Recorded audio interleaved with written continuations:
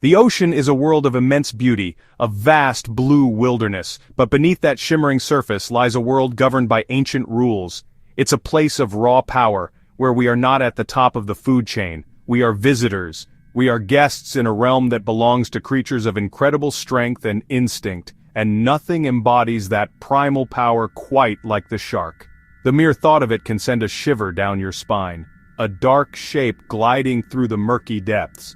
The ultimate predator in its element. Nature is unpredictable. It doesn't play by our rules. When you step into the ocean, you accept a certain level of risk.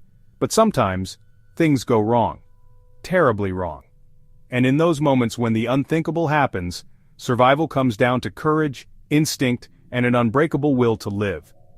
These are the stories of those who faced the ultimate test and somehow, against all odds, made it back. It was a perfect morning in Kauai, Hawaii. The sun was bright, the waves were gentle. A perfect day for surfing. 13-year-old Bethany Hamilton was out on her board, her arm dangling in the cool, clear water. Suddenly a massive shape rose from the depths beneath her, a 14-foot tiger shark. There was no warning, no time to react. The shark lunged, its powerful jaws clamping down on her left arm. The shark tore her arm clean off, taking the surfboard with it before disappearing back into the deep blue. Bethany didn't scream, she didn't panic, her survival instincts kicked in with incredible force. She had lost over 60% of her blood by the time she reached the hospital. It was a miracle she was still alive. Less than a month after the attack, she was back on her board. A true champion of the human spirit. Long before the movie Jaws terrified a generation, it was 1963, off the coast of South Australia. Rodney was a spearfishing champion, completely at home in the ocean. He was defending his title, focused on the hunt. The water was clear, the conditions perfect. He was in his element. Without warning, a great white shark slammed into his side like a freight train. The force was immense, the impact breathtaking.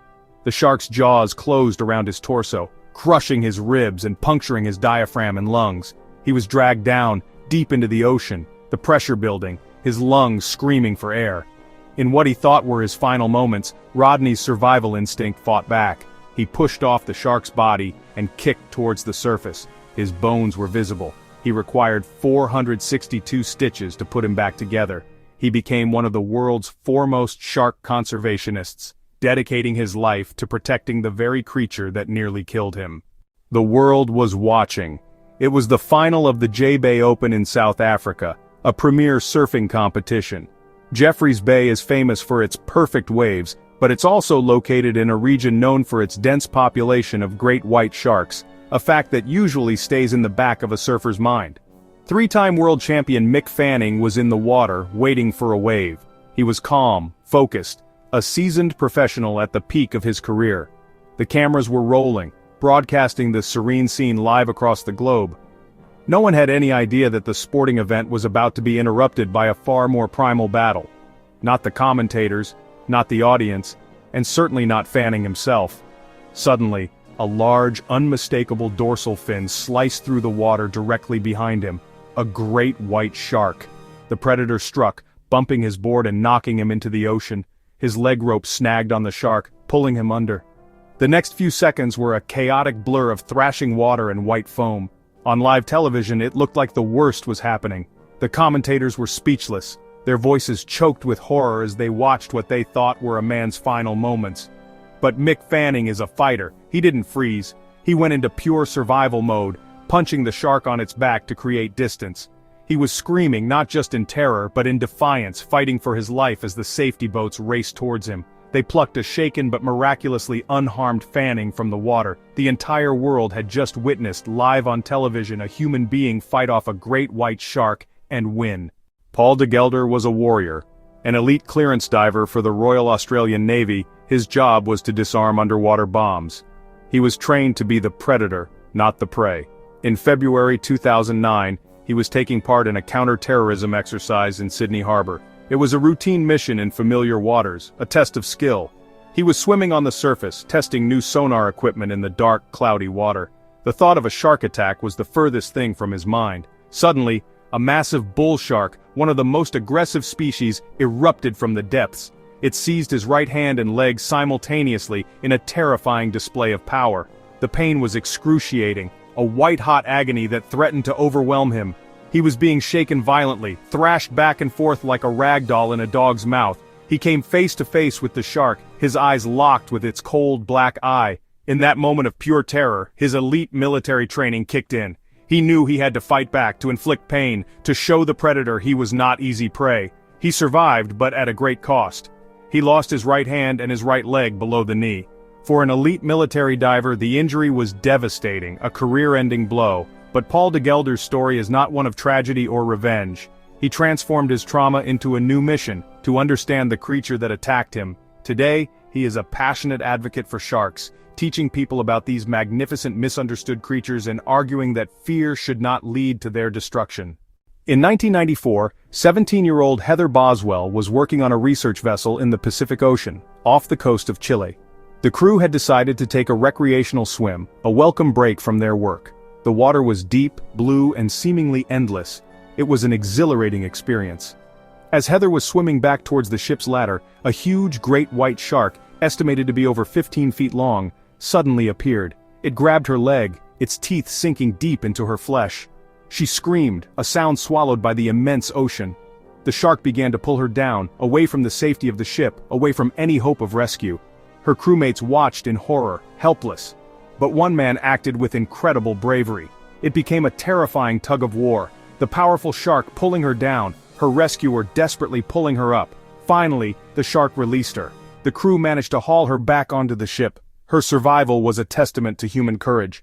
So, what do you do if you find yourself in this nightmare scenario? The first rule is the hardest: do not panic. Thrashing and flailing can mimic the actions of a wounded seal, which can attract a shark or trigger its predatory instinct. Try to keep your breathing steady. Keep your eyes on the shark at all times. Let the shark know you are not easy prey. You are a threat. You are a fighter. Back away slowly and calmly. Do not turn your back on the shark. Do not try to outswim it. By facing it, you are showing that you are aware, that you are a potential challenge. If an attack is imminent, you must fight back. Target the shark's eyes and gills. Hit it hard. Be aggressive. As soon as you have a chance, get out of the water. Signal for help immediately. Your survival depends on your ability to think clearly under extreme pressure and fight with every ounce of strength you have. Surviving a shark attack is about more than just physical struggle. It is a profound battle of the mind. When faced with a terrifying encounter, primal fear can paralyze you. But in that critical moment, clarity and calm are your greatest assets. In every one of these stories, there is a common thread, an unbreakable will to live. It's a conscious decision made in a split second, a refusal to succumb to the shock and the pain. This is the survivor's mindset. It's a refusal to give up, a primal instinct that takes over when your life is on the line, sharpening into a strategy focused on one single goal: survival. Look at these individuals. They didn't let their trauma destroy them. Bethany Hamilton, who lost her arm to a tiger shark, didn't just return to the water. She became a world-class professional surfer, a true beacon of hope. Rodney Fox and Paul de Gelder now protect the very animals that attack them, becoming powerful advocates for shark conservation.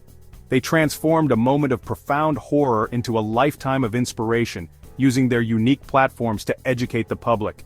Their stories remind us that the ocean is the planet's last great wilderness. Sharks are not monsters, they are keystone species essential for maintaining the health of our marine ecosystems. We must move beyond Hollywood fear and see them as magnificent, powerful creatures whose removal can cause entire food webs to collapse. When we enter the ocean, we must do so with humility, awareness, and deep respect. This means understanding their behavior, avoiding swimming at dawn or dusk, and never entering the water alone. So go out and explore. Enjoy the oceans, but go with knowledge, respect, and always be prepared. That is the true path to adventure.